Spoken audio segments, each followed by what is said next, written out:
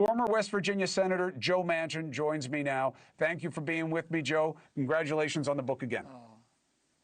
Thank you, Chris. Good to be with you again.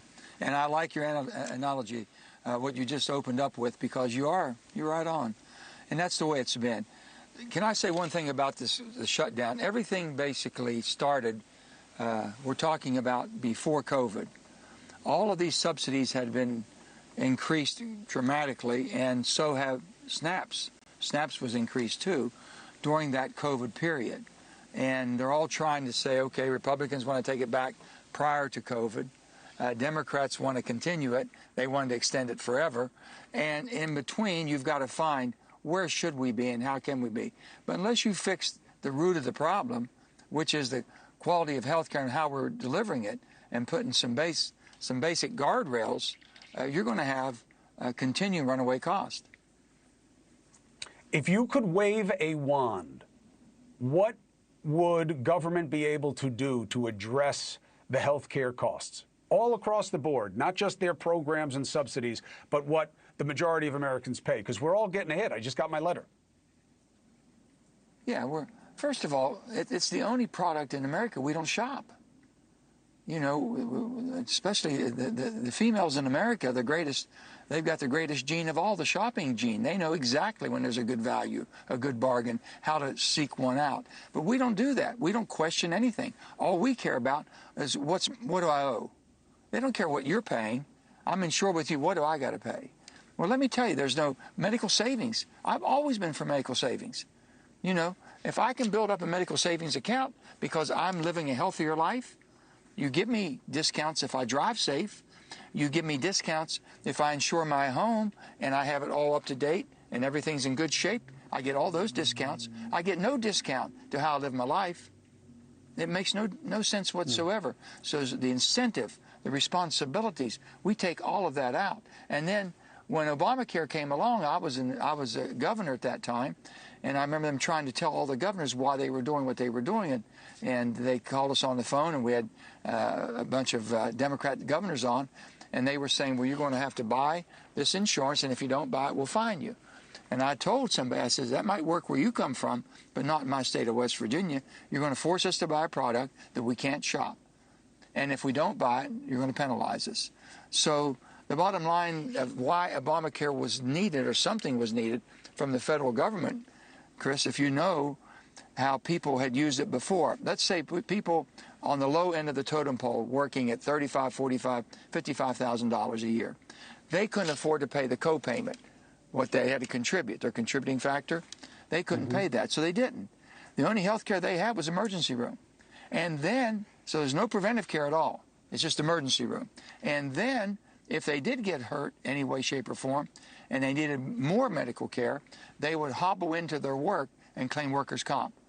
And then if you worked hard all your life in the mine or anywhere else, Chris, then, you know, you had existing, pre-existing conditions. You couldn't even get insured. There was nobody that would insure you. So those things were taken care of. Why would you ever deny someone who worked all their life that basically had a pre-existing condition because of their work, and now you won't insure them? So some of those things were so wrong that could have been fixed. Yeah, look, and it was good to get the pre-existing coverage, but I think that the fundamental problem, tell me if this would be legal. Mr. and Mrs. Corporation, you are not getting subsidies from the United States government to provide health benefits. Now, I know what you're going to say. Well, then we won't provide them. I'm glad you put it on the table. Well, then you can't do business in America. Why don't you make it the law that they have to provide health care business if they want to be part of the American marketplace, and you don't get a subsidy for it because you're making money hand over fist. Stock market is going crazy. Corporate CEO pay is nuts. Why are we giving you the third biggest subsidy in health care? Makes no sense whatsoever. It really doesn't. And it can be revamped, but it's going to take like you said, if you look at the amount of money that's being spent in Washington for lobbying on healthcare behalf, on large healthcare providers, I don't know how you take that out. The big money in politics today is just eaten alive, and people are scared to death. They're afraid of getting primaried. They're afraid of big money coming against them. all these different things. I'm almost convinced, totally convinced, more so than ever before, we need term limits. And I had a lady one time, she was convincing me about 15 years ago, Joe, let me tell you, if you had term limits, maybe we get one good term out of you. Maybe we get one good term out of a senator or one good term out of a House member who says, I'm not running for re-election, so I can do the right thing now. I don't have to worry about that. How do you do it without a constitutional amendment? How do you do it without a constitutional amendment? They're not going to do it themselves. You know that. They won't vote for that. But I'll tell you one thing. You put the constitutional amendment on the national ballot, and I'll guarantee you, if you had 2 terms as a senator, 12 years, 6 terms as a House, that's 12 years, 1 term as president for 6 years. The president should never have to run for re-election, Chris. And then 1 18-year term for the Supreme Court, and I'll guarantee you, it would get 80% of the popular vote. That's a strong 80%. idea. What about this movement? What about a movement for people? I've been, you know how I feel about the 2-party system and the grip it has on us. What if the movement is to encourage people to vote out all incumbents? Don't vote for anybody who's in office because they have clearly not done their job. Just vote for people who want to get in there. Yeah. Just to do, you want to get something done. What's your purpose? Ask them. Yeah.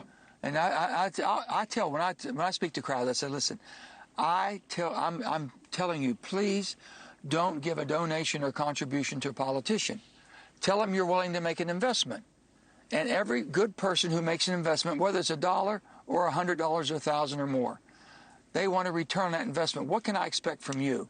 If I'm willing to make an investment in a campaign for you, what am I expecting back? What can I expect from you? I'll guarantee you most of them can't answer that question.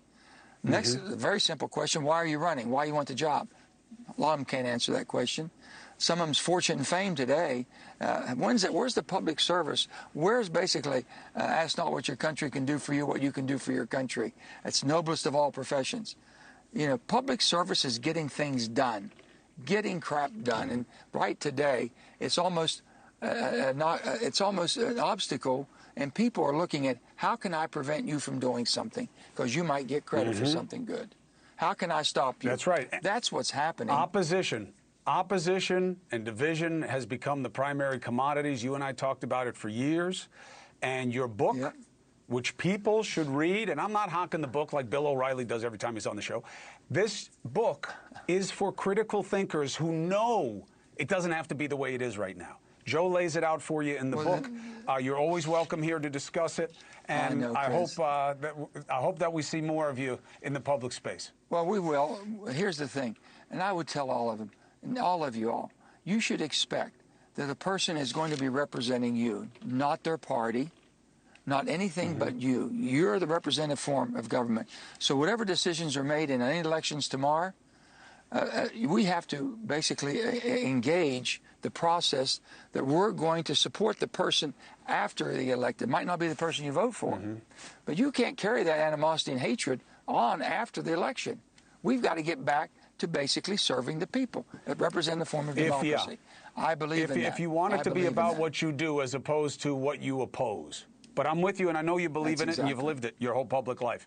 Joe Manchin, thank you very much, brother. I'll talk to you again soon. Thank you. Thank you, my friend. Okay, take care, Chris. Bye-bye. Thank you for watching. Subscribe below and download our NewsNation app right now on your phone, and you will get fact-based, unbiased news for all Americans.